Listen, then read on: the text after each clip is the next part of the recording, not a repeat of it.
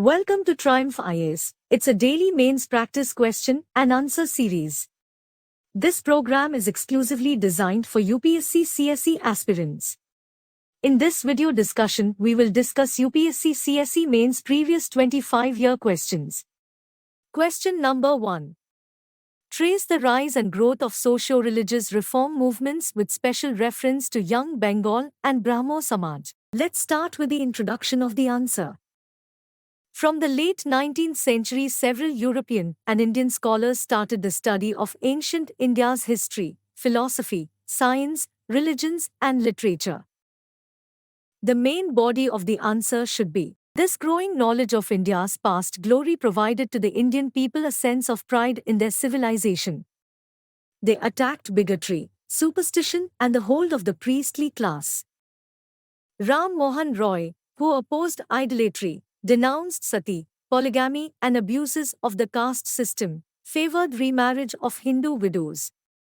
In August 1828, Roy founded the Brahmo Sabha, which was later renamed Prahano Samaj. A radical intellectual movement inspired by the French Revolution emerged under Henry Vivian Desrosiers as Young Bengal movement. Desrosiers inspired his pupils to think freely and rationally, question all authority, love liberty, equality, and freedom, and oppose decadent customs and traditions. Conclusion of the answer is: various socio-religious movements in British India not only reformed Indians but also led to the rise of nationalism in India. Question number 2. Discuss the essential conditions for exercise of the legislative powers by the governor. Discuss the legality of repromulgation of ordinances by the governor without placing them before the legislature. Let's start with the introduction of the answer. State legislature comprises 2 or 3 wings. Article 213 of the Constitution provides him the power of promulgation of ordinances when the condition arises. The main body of the answer should be: essential conditions for exercise of the legislative powers by the governor. Number 1. He can promulgate an ordinance only when where no council, only assembly will be considered, the houses of state legislature are not in session, or when either of the two houses of state legislature is not in session. Number 2. He can promulgate an ordinance only when he is satisfied that circumstances exist which render it necessary for him to take immediate action. Number 3. His ordinance-making power is coextensive with the legislative power of the state legislature. This means that he can issue ordinances only on those subjects on which the state legislature can make laws. Number 4. He can promulgate or withdraw an ordinance only on the advice of the council headed by the chief minister. Legality of repromulgation of ordinances by the governor without placing them before the legislature. Number 1.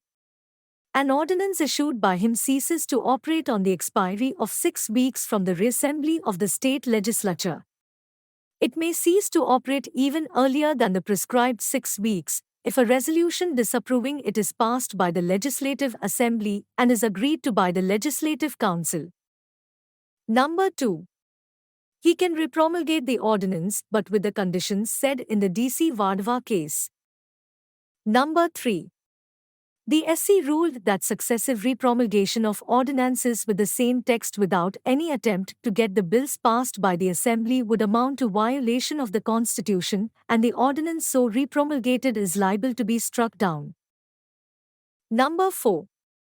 It held that the exceptional power of lawmaking through ordinance cannot be used as a substitute for the legislative power of the state legislature.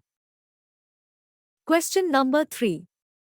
Naxalism is a social, economic, and developmental issue manifesting as a violent internal security threat. In this context, discuss the emerging issues and suggest a multi-layered strategy to tackle the menace of Naxalism. Let's start with the introduction of the answer. Central government approach to end Naxalism. The main body of the answer should be: law and order approach. Number 1. It plays a key role in the center's counterinsurgency strategy. Number 2. It is seen in the deployment of about 532 companies of the Central Paramilitary Forces in the affected states. Number 3. In 2006, for the first time, the government had issued a security blueprint to tackle Maoist extremism. Police force modernization. Number 1. The government had realized that the Maoist insurgents were highly successful due to the lack of strong and effective policing. Number 2. To improve the quality of policing, in the mid-2000s, the center had implemented a police modernization scheme. State government's response in handling Naxalism. Number 1. States' response to the Maoist insurgency has evolved over the years, influenced by the intensity of the threat and political decisions at the state and center. Number 2. Since the law and order come under the state list, the critical counterinsurgency initiatives come under the jurisdiction of the state governments. Number 3. The center is involved in supporting these efforts through joint strategies, providing resources, intelligence, and coordination when necessary. Andhra Pradesh. The undivided Andhra Pradesh saw the rise of PWG in the early 1990s. The state government's response to this insurgent group includes: Number 1. The rapid modernization of the police force. Number 2. Launch of full-scale counterinsurgency operations and massive crackdown of key Maoist leaders in the state. Jharkhand. Number 1. Jharkhand is the second most affected by the LWE after Chhattisgarh. Number 2. At their peak in 2000, the rebels held about 20 districts across the state. Number 3. Initially, the state government attempted negotiations with these groups. Its failure led to the formation of Special Force, Jharkhand Jaguar modeled after the Greyhounds of AP, and initiation of anti-Naxal operations. Naxalism is an internal security matter and is not just a law and order problem, also it has grown into a big headache for both people and government. But its roots lie in deep discontent, that apathy of government bred towards poor tribes of these regions.